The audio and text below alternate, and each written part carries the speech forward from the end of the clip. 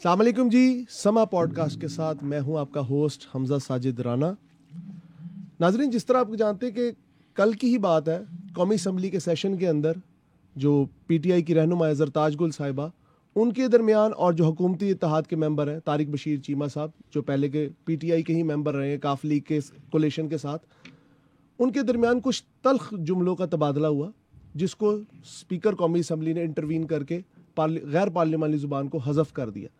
लेकिन आज इस बात को डिस्कस करने का मकसद ये है कि क्या ये अल्फाज, चूँकि हम सबको पता है ये पूरी दुनिया में यूज़ होते हैं, आपको पता है सब जगह एक इंसानी माशरा है, इंसानी जज्बात होते हैं, वो कई बार अपने जिसा कहते हैं ना शुस्ता और शाइस्ता लहजे से निकल कर बहुत ही गलत वे में चले जाते हैं। लेकिन पाकिस्तान की अगर हम तारीख़ देखें तो ये तारीख़ कोई हम लोगों से ढकी छुपी नहीं है। और हमारे जो पार्लियामेंट के जो मुअज़्ज़ज़ मेंबरान हैं, उनको क्या अपनी ज़ुबान पे कंट्रोल नहीं है या अपने जज्बात पे कंट्रोल नहीं है? आज गैर पार्लिमानी ज़ुबान के हवाले से हम बात करेंगे। मेरे साथ आज फिर से मौजूद है very senior very respectable Sattar Khan साहब।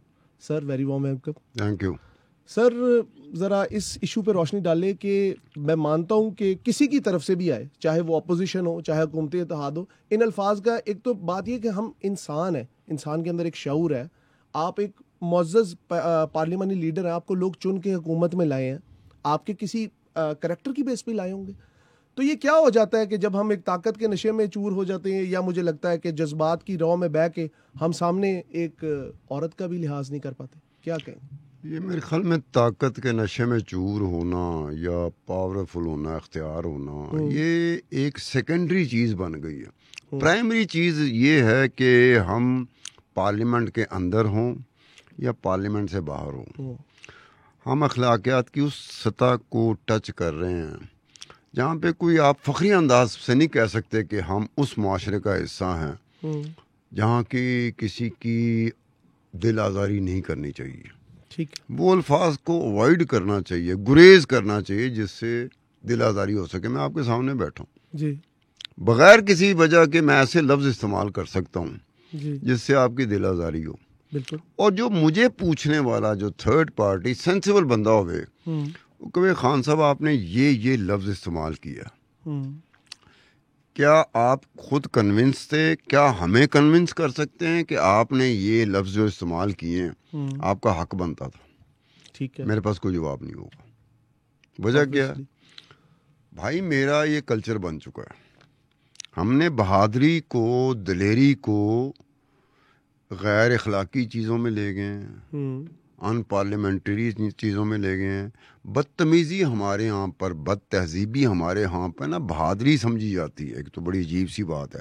ऐसा मिसकॉन्सेप्शन मेरे ख्याल में बहुत कम माशरों में देखने में आता है कि जहाँ बदतमीज़ी को, बद तहजीबी को बहादुरी समझा जाए कि बहुत दिलेर था, उन्हें वही माँ पहने करते, मतलब ग्लैमराइज करते हैं हम। यार ये अजीब बंदा को क्या कहा आपने? ग्लैमर। बहुत दिलेर था, उन्हें माँ बहन एक करती। मैं क्या, किसी की माँ बहन एक करना क्या दिलेरी होती है? क्या बहादुरी होती है? इसको बहादुरी कहते हैं, इसको दिलेरी कहते हैं। मेरा मुखालफ है, मैंने करनी उसकी। मैंने ये सीख लिया हुआ, समझ लिया हुआ, जो मेरा सपोर्टर है उसने मुझे सपोर्ट करते रहना, ये सोचे बगैर कि मैं क्या उसने तो ये कहना बहादुर थी, दिलेर थी, देखो लिहाज नहीं किया उन्हें। अब एग्जैक्टली जिस तरह ज़रताज गुल के साथ हुआ जी, इत्तेफाक की बात है, ये भी पीटीआई की है। ये 2016 में एक और पीटीआई की थी। उस वक्त 2016 में नवाज शरीफ की हुकूमत थी जी, और पीटीआई ओपोजिशन में थी जी। तो ये क्या नाम था उस खातून का? शीरी मज़ारी साहब। शीरी मज़ारी पर कोई फिक्रे, कोई लफ्ज़ जड़े ख्वाजा आसफ ने कसे थे उन अल्फाज। वो ऐसे अल्फाज थे जिससे बहस डिबेट ट्रिगर कर गई कि जनाब इसने क्या कहा। ख्वाजा आसफ भी कई दफ़ा पता ही नहीं चलता कि ख्वाजा साहब ने ठा करके एंजन करके वो करना। बाद में ख्वाजा आसफ ने माजरत भी की, हज़फ भी किया गया। पार्लियामेंट से जो चीज़ें, जो लफ्ज़, जो फ्रेजेस हज़फ किए जाते हैं, हमें मीडिया को पता भी चल जाए ना, हम रिपीट नहीं कर सकते कि उसने ये कहा था। ठीक, ये पूरी दुनिया में ये प्रैक्टिस है, कोड ऑफ एथिक्स। ठीक है। लेकिन हमारे यहाँ होता है कि कई दफ़ा मैंने भी देखा हमारी मीडिया में ना गैर पार्लिमानी लफ्ज़, अगर तुम्हें पता चल गया, चले यार आप वहाँ बैठे हुए थे, पार्लियामेंट कवर करते हैं ना, मैं भी पार्लियामेंट में जाता रहा जब तक मैं इस्लामाबाद में था, तो पार्लियामेंट गैलरी में हम लोग बैठते थे, तो कई दफ़ा ऐसी चीज़ें होती थी जो हम सुन रहे होते थे, हज़फ तो बाद में होता था ना, ऑब्वियसली हम वो सुन रहे होते थे। तो उसका मतलब ये नहीं था कि जब हज़फ कर दिया स्पीकर ने जी तो फिर हम भी पाबंद हो जाते थे कि हमने वो लफ्ज़ नहीं कहने। सिर्फ ये कहना कि गैर पार्लिमानी ज़ुबान इस्तेमाल की गई थी, उसको हज़फ कर दिया गया। ठीक ठीक। तो जब ये शीरी मज़ारी के साथ हुआ था ना, तो मैं किसी और चैनल में था, वहाँ मेरा इन्वेस्टिगेटिव का शो चलता था, टीवी शो, नॉट ये पॉडकास्ट नहीं, टीवी शो। ठीक। तो मैंने एक्सरसाइज की कि भाई 3 सालों में कितनी दफ़ा ये पार्लिमानी गैर पार्लिमानी जो अल्फाज थे, फ्रेजेस थे, फिक्रे थे, वो हज़फ किए गए। ठीक। तो उस वक्त में 76 ऐसे इजलास निकले थे सिर्फ 3 सालों में, 2013 से 2016 तक। 3 सालों में 52 पार्लियामेंटेरियन थे जिनके मुंह से गैर पार्लिमानी जुमले, फिक्रे, लफ्ज निकले। ठीक। और माशाल्लाह ये हमेशा से देखने में आया कि जो जिसकी हुकूमत होती है ना, उस मुस्लिम लीग नून की हुकूमत थी जी, उनके 22 पार्लियामेंटेरियन थे जिनके मुंह से वो अल्फाज निकले जिनको हज़फ करना पड़ा। ठीक। उसके बाद आई थी तादाद 2 बड़ी पार्टियों की। अभी दोनों बड़ी पार्टी अपोजिशन की हैं। इट इज वेरी स्ट्रेंज कि हुकूमती जमात टॉप पर है और जो उसके पीछे हैं वो दोनों वो जमातें हैं जो बड़ी जमातें अपोजिशन की हैं मुल्क में। बिल्कुल। सबसे बड़ी 2 बड़ी जमातें अपोजिशन की, पीपल्स पार्टी और पीटीआई। ऐसी पीपल्स पार्टी के भी 10 मेंबरान थे और पीटीआई के भी 10 मेंबरान थे, ठीक, जिन्होंने बदकलामी ऐसी की कि हज़फ करना पड़ा। उसके बाद आए थे कि एमक्यूएम के 6 थे, ठीक, और जेयूआई के 3 थे, ठीक। एक आज़ाद था। आज़ाद को मैं इसलिए नहीं कह रहा, हालांकि सबसे ज्यादा बदकलामी उस आज़ाद ने की थी। आप उनका कोई नाम बताना चाहेंगे? उसका उस वक्त किसी पार्टी से ताल्लुक ही नहीं था। वो उठते थे तो फिर झूमते थे, फिर लहरते थे, फिर लहक के, बहक के, भटक के वो ऐसे अल्फाजों का इस्तेमाल करते थे जो बंदा कहता था कि यार तवज्जो लेना चाह रहा है, और तवज्जो मिलती थी, अटेंशन सीकर। हाँ। वो दस्तक साहब कौन थे यार?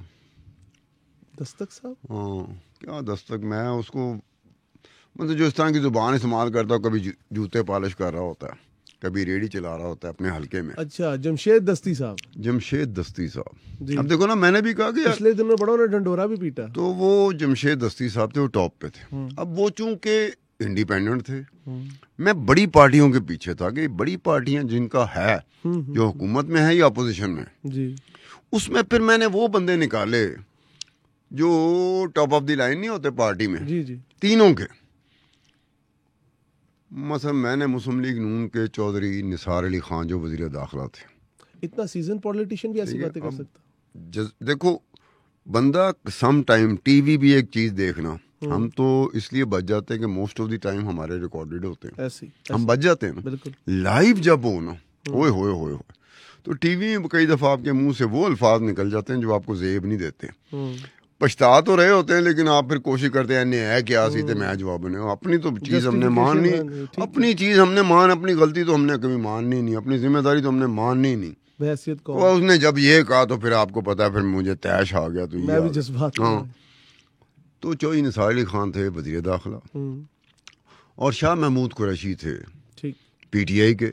माशाल्लाह वो भी टॉप ऑफ द लाइन थे। ऐसी जुबान उन्होंने इस्तेमाल की, और ये 4-5 दफ़ा करते रहे। ये आप ज़हन में रखिएगा, 4-4, 5-5 दफ़ा इन्होंने ये वो अल्फाज इस्तेमाल किए कि हज़फ करने पड़े। ठीक। उस पर बाद पीपल पार्टी के आ जाते हैं खुर्शीद शाह साहब, है ना जी, खुर्शीद साहब, और लीडर ऑफ द अपोजिशन भी रहे हैं। ठीक है, बड़े बंदे चुने, बुजुर्ग सियासतदान, उनका कि यार ये लोग इस तरह की जुबान इस्तेमाल करते रहे, जो बाद में हज़फ की जी, जो बाद में एक्सपंज कर देगी प्रोसीडिंग से जी। तो यार ये तो बड़े सीजन्ड लीडर हैं। ऐसी चौधरी निसार अली खान, आपस की बात है, उस वक्त जब चौधरी निसार अली खान प्रेस कॉन्फ्रेंस करते थे जी जी, तो यकीन करो मैं प्रेस कॉन्फ्रेंस में नहीं जाता था, मेरे एरिया नहीं था, मैंने इन्वेस्टिगेशन का काम करना होता। तो मुझे अगर कोई बंदा अपनी तरफ खींचता था ना प्रेस कॉन्फ्रेंस की वजह से, तो वो चौधरी निसार अली खान थे।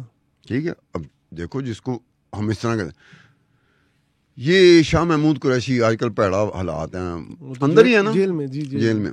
शाह महमूद कुरैशी के बारे में मैंने कहा था कि मैंने कहा यार इसको तो एक ऐसी यूनिवर्सिटी का डीन होना चाहिए जहां से एंकर निकल रहे हों। यानी कि शाह महमूद कुरैशी को तो कभी आप सुने, ओए होए होए क्या बोलता है बंदा, एक तो उनका लहजा, ओए होए होए होए।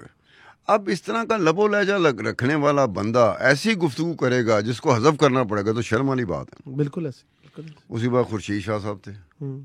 खुर्शीद साहब भाई बंदा हैरान हो जाता दिखने में इतने जेंटलमैन लग।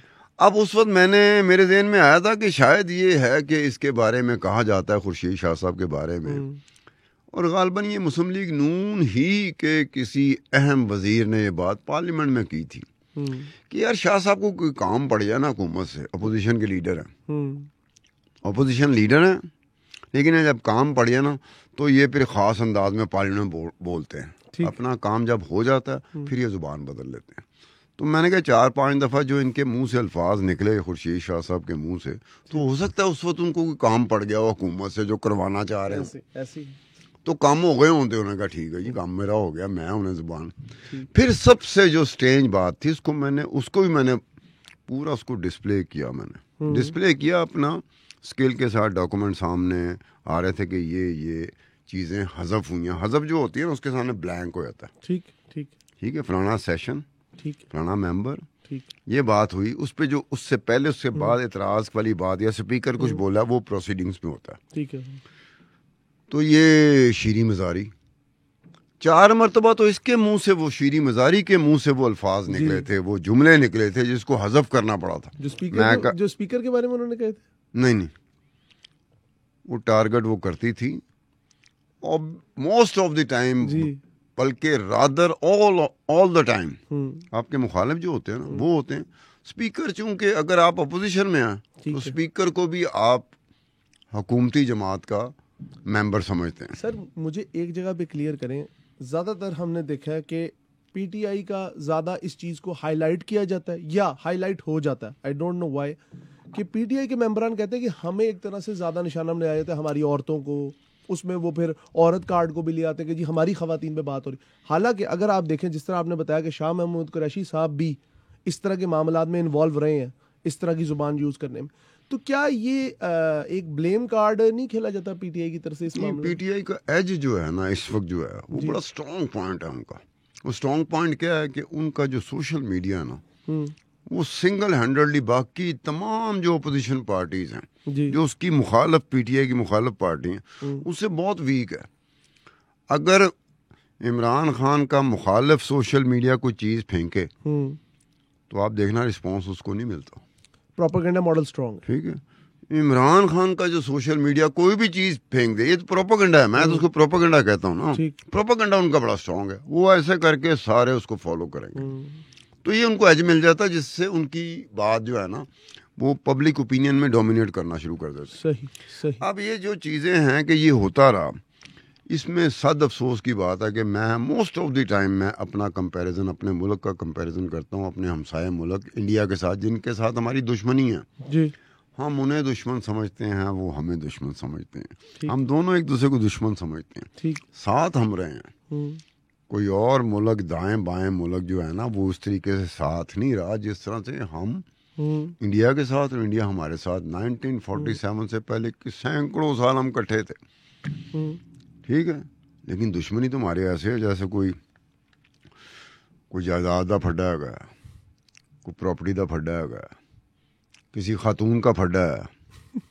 मतलब ये बड़े बड़े फड्डों में ये चीज़ें आती हैं ना। आपका कहने का मकसद है कि एक जिस्म दो जान थे, वो एक ज़माने में थे, उसके बाद फिर दुश्मनी हुई। अब उस दुश्मन मुल्क की हमें मानना पड़ेगा यार, कहाँ कहाँ पे हमें बीट करते हैं।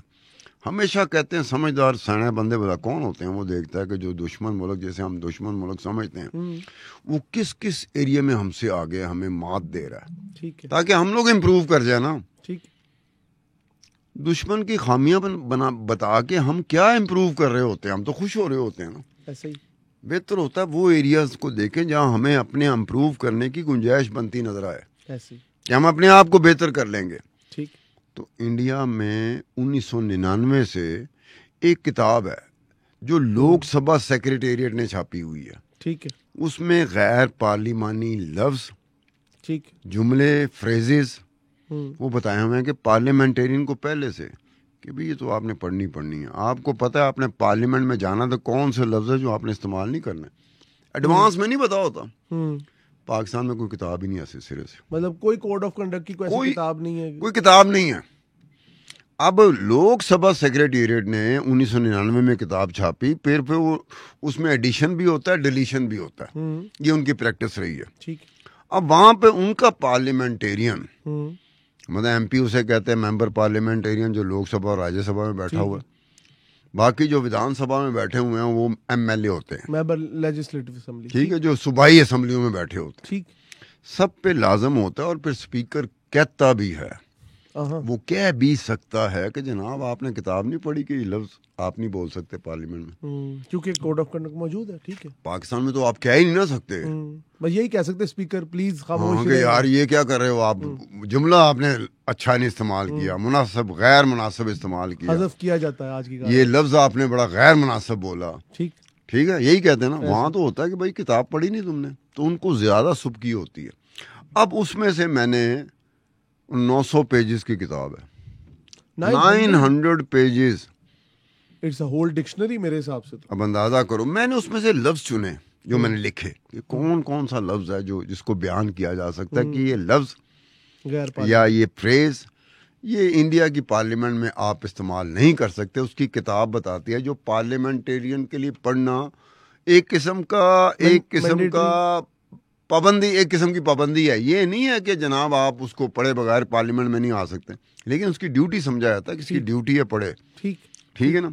अब देखो जो लफ्ज उन्होंने रखे हैं जो गैर पार्लिमानी है, ब्राइब ये आप नहीं कह सकते, ब्लैकमेल ये लफ्ज नहीं इस्तेमाल कर सकते, ब्राइबरी ये लफ्ज नहीं इस्तेमाल कर सकते, थीफ ये लफ्ज नहीं इस्तेमाल कर सकते आप, थीव्स ये भी नहीं इस्तेमाल करते, डेकॉयट्स ये लफ्ज नहीं इस्तेमाल कर सकते, बकेट ऑफ शिट ये नहीं इस्तेमाल कर सकते, डैम अचानक मुंह से निकल जाता, डैम का लफ्ज नहीं इस्तेमाल कर सकते, ठीक, डिसीव ये लफ्ज नहीं इस्तेमाल कर सकते इंडिया की पार्लियामेंट में, डिग्रेड नो वे, तो बड़ा कॉमन लफ्ज है। डार्लिंग, डार्लिंग आपको पता है सार्कास्टिकली भी बोलते हैं, तंजिया, इसलिए डार्लिंग के ऊपर ये है कि डार्लिंग का लफ्ज अगर पार्लियामेंट में, लोकसभा में या राज्यसभा में या विधानसभा में आप इस्तेमाल करेंगे तो गैर पार्लिमानी होगा। ठीक। अब उसके बाद देखें कि डबल माइंडेड ये लफ्ज नहीं इस्तेमाल कर सकता। डबल माइंडेड, आप अपनी पार्लियामेंट में आप तकरीर कर रहे हैं तो उसमें डबल माइंडेड का लफ्ज इस्तेमाल नहीं कर सकते। हैविंग डबल स्टैंडर्ड ये भी नहीं इस्तेमाल कर सकते। अच्छा, ये डाउटफुल ऑनेस्टी ये लफ्ज नहीं इस्तेमाल कर सकते। सही। डबल टॉक ये लफ्ज नहीं इस्तेमाल कर सकते। लेजी ये लफ्ज नहीं इस्तेमाल कर सकते। अच्छा, लाउजी बड़ी हैरत की बात, ये लफ्ज नहीं इस्तेमाल कर सकते। फूल ये लफ्ज नहीं इस्तेमाल कर सकते। लायर ये लफ्ज नहीं इस्तेमाल कर सकते आप। ठीक। ब्लडी लायर ये लफ्ज नहीं इस्तेमाल कर सकते। ठीक। ब्लडी चेयर ये लफ्ज नहीं इस्तेमाल कर सकते। ब्लडी फेलो ये लफ्ज नहीं इस्तेमाल कर सकते। रैट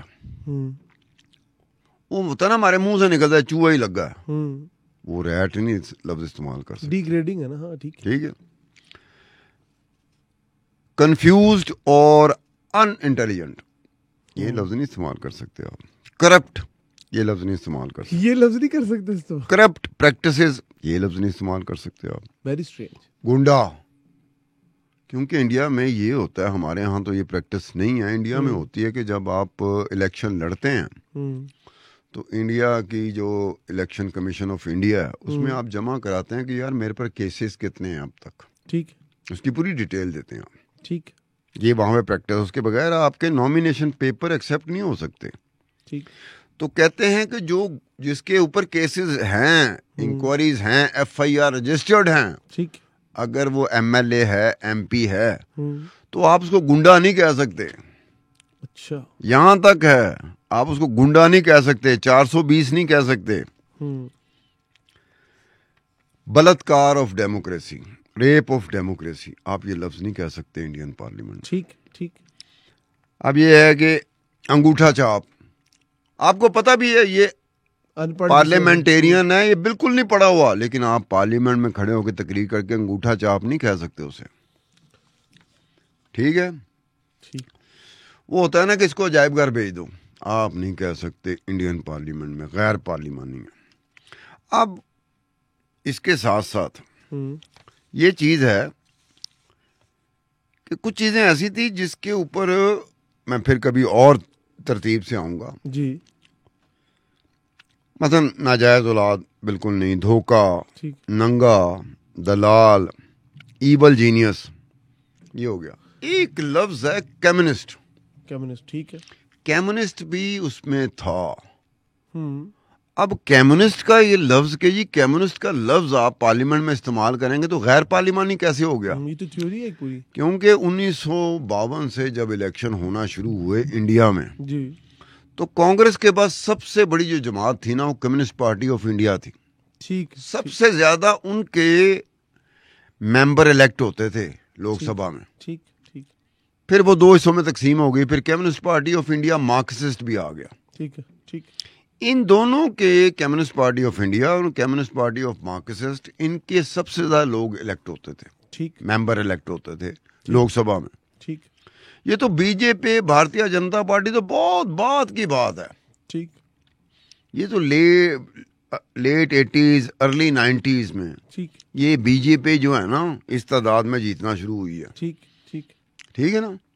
तो इससे पहले कितने ऐसे इलेक्शन हुए हैं कि कांग्रेस नंबर 1 ठीक। और कम्युनिस्ट पार्टी ऑफ इंडिया या communist party of India Marxist दूसरे नंबर पर। ठीक। तो उन्होंने कहा ये हम कम्युनिस्ट हैं, हम कम्युनिस्ट पार्टी के लोग इलेक्टेड बंदे लोकसभा में बैठे हैं, आप कहते हैं कम्युनिस्ट में जो है ना वो गालिया, उसको गैर पार्लिमानी करार देना चाहिए। तो उनको कहा गया, हटा दिया गया था लफ्ज़ ये, लेकिन उनको कहा गया कि इंडिया के कुछ इलाके ऐसे हैं जहाँ कम्युनिस्ट एक गाली समझी जाती।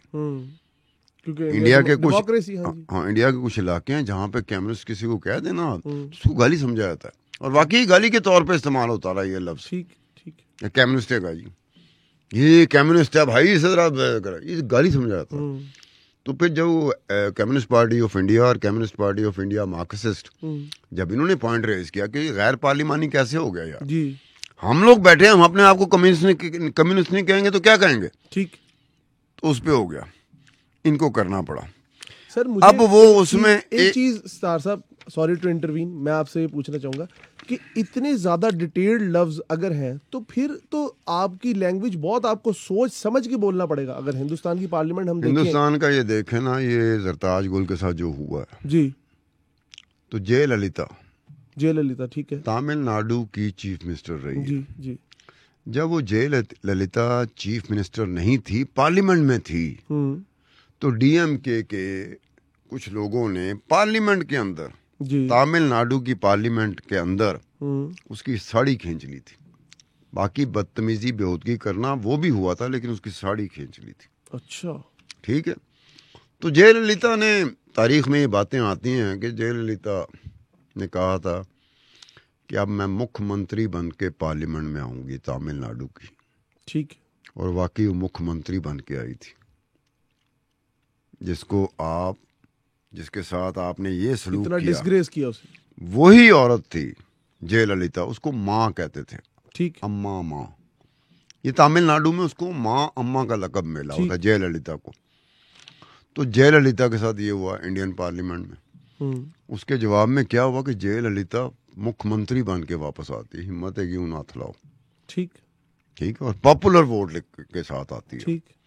उसके बाद है वहाँ ममता बनर्जी जी, जो इस वक्त वेस्ट बंगाल की मुख्यमंत्री चीफ मिनिस्टर है जी।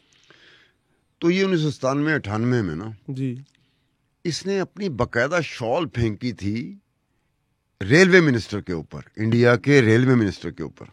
ठीक। कि यार मेरे सूबे को नजरअंदाज कर रहे हो, वेस्ट बंगाल को। ये लोकसभा की बात कर रहा हूँ, जब वो लोकसभा में थी। ठीक। उसके बाद 2005 में इसने ममता बनर्जी ने अपना इस्तीफा फेंका था मिनिस्टर की तरफ। ठीक। स्पीकर की तरफ। ठीक। कि यार मैंने एक बिल टेबल किया है, आपने बहस की इजाजत ही नहीं दे रहे आप। अब ममता बनर्जी इंडिया में वेस्ट बंगाल की मुख्यमंत्री चीफ मिनिस्टर है जी, कितने सालों से, और ऑलमोस्ट अ डेकेड। ठीक है। और दूसरी बात बता दूं जी, कि इंडिया में जितने भी मुख्यमंत्री हैं जी, चाहे वो स्टेट्स हैं या यूनियन टेरिटरी हैं जी, उन तमाम मुख्यमंत्री की, उन तमाम चीफ मिनिस्टर्स की जो वर्थ है, नेट वर्थ है, जो उन्होंने सबमिट किया है इलेक्शन कमीशन ऑफ इंडिया को जी, वो है, अगर सारे चीफ मिनिस्टर्स की नेट वर्थ जी वो मिलाई जाए तो 950 करोड़ बनती है। ठीक होगी, सारे करोड़पति हैं, ठीक, मां सवाए ममता बनर्जी की टोटल नेट वर्थ वो सिर्फ 15 लाख रुपए है, और वो चीफ मिनिस्टर है वेस्ट बंगाल की। जी, और नरेंद्र मोदी को अगर कोई खतरा है सियासी तौर पर, जी, मजबूत खतरा जिसे कहते हैं, जी, वो राहुल गांधी से, प्रियंका गांधी से, सोनिया गांधी से, कांग्रेस से ज्यादा ममता बनर्जी से है। ठीक, कि अगर ये उससे निकली वेस्ट बंगाल से, ओए होए होए होए, कहते पैरी ऐसे गुडिया ही ना बैठियो साडे। ठीक, ठीक है, इंडिया में इस तरह से हुआ है, बड़ी बेहूदगी भी हुई है, लेकिन साथ साथ में खवातीन के बारे, जयललिता, ममता बनर्जी, दोनों की बात की, और दोनों मुख्यमंत्री बनी थी, ठीक, जिनके साथ पार्लियामेंट में ये सलूक हुआ था, ठीक। गैर पार्लियामेंट। तो आप इस तरह का कोई मुस्तकबिल देख रहे हैं? नहीं, इधर छोड़े पड़े, इधर रवायात ही बिल्कुल डिफरेंट है। अब आप देखें कि एक और बात जो मैं ख़ास तौर पे कहना चाह रहा था कि इंडियन पार्लियामेंट में जी, कुछ और चीज़ें हैं जो ममनून करार दे दी गई। वो नाम है, मिसाल के तौर पे शाहरुख खान है, मदर टेरेसा है, इंदिरा गांधी है, हिटलर है। अभी 4 मैं बड़े नाम कह रहा हूँ। ये आप नाम क्यों? 2 चीज़ें, for not in good taste, good taste में नहीं, और रेफरेंस टू ए स्ट्रेंजर। ठीक, ठीक है, इसमें कि आप लोग जब इस तरह से कर रहे होते हो कि एलिगेटरी रिमार्क्स हैं या डेरोगेटरी रिमार्क्स हैं। ठीक है, ठीक। अब शाहरुख खान, इंदिरा गांधी, मदर टेरेसा और हिटलर का नाम आप इंडियन पार्लियामेंट में नहीं ले सकते। क्यों? Not in good taste, reference to the stranger, और एलिगेटरी है, डेरोगेटरी है। बिल्कुल है। वो कहना तू अपने आप में फन्ने खान समझना, एक बात है, शाहरुख खान समझना, हाँ, तू अपने आप में शाहरुख खान समझना, तो ये गया। डेरोगेटरी ने वे एलिगेटरी, इस तरह का लफ्ज ये महज़ब अंदाज नहीं होता है। नॉट इन गुड टेस्ट, ठीक, इसके ऊपर भी होता है कि उस वक्त हो जाएगा। शाहरुख खान, मदर टेरेसा, इंदिरा गांधी और हिटलर, ठीक, यानी कि बड़ी अजीब सी बात नहीं लगती? बिल्कुल है कि यार इन चीज़ों का वो लोग बहरहाल तवज्जो देते हैं। गो के इंडिया के पार्लियामेंट में बहुत कुछ होता है, टेबल फेंकी जाती है, कुर्सी फेंकी जाती है, माइक्रोफोन फेंके जाते हैं, मारा भी एक दूसरे, ठीक है, होता है। लेकिन साथ साथ देखें, पैरेलल प्रैक्टिस तो चल रही होती है। मना किया जा रहा है कि किताब है, पाकिस्तान में कोई किताब है नहीं, ना सेनेट में है, ना कौमी असम्बली में, ना चारों सूबाई असम्बली में। सर हमारा तो कौमी मिजाज ही बन गया, हम किताब और अखबार से बहुत दूर जा रहे हैं। ये बात है, कौमी मिजाज में अगर किताब और अखबार से दूर जाना है तो कौमी मिजाज में भी ये भी बन गया। हमारे टीवी टॉक शो क्यों ज़्यादा एक ज़माने में चलना शुरू हुए थे? वजह क्या थी कि उसमें जो गेस्ट बैठते थे, मुख्तलिफ सियासी जमातों को जो नुमाइंदगी करते थे, वो जब एक दूसरे की ठा ठा करते थे ना, ठा ठा, वो लोगों को बहुत पसंद आती थी। मतलब आपके कहने का मकसद है माशरा बिल्कुल, हमारा माशरा जो है ना, वो किसी की जिल्लत से अहमी मजे ले रहा होता है। समझ नहीं आती। मैं कई दफ़ा मुझे कहना पड़ता है कि यार वो बंदा ना तुम्हारा वाकफकार है जो बेइज्जती कर रहा है, और जिसकी बेइज्जती कर रहा है वो भी तेरा वाकफकार नहीं, उससे भी तुम्हारी कोई दुश्मनी नहीं। तू खुश हो रहे हैं, ये मिजाज बनना शुरू होता, तबीयत बननी शुरू हो जाती, एक ख़ास किस्म की चीज़ ऐसे लगता है जैसे महलूल हो गई है, वो चली जाती है। और उसमें फिर आप कहते हैं ज़ुबानी कलामी होता है। स्टेज पे आपको बुला लिया जाए, वहाँ आप ज़रूर कहोगे मैं कंडेम करता हूँ, प्राइवेटली कहो बड़ी ज़बरदस्त गाली की थी उन्होंने यार। अब तुम देखो कि क्या ड्यूल किस्म का, दोहरा किस्म का म्यार हमने बनाया। स्टेज के ऊपर जब स्क्रीन चल रही है, लोग देखें हमारा मिजाज, हम कोई और बात कर रहे होते हैं।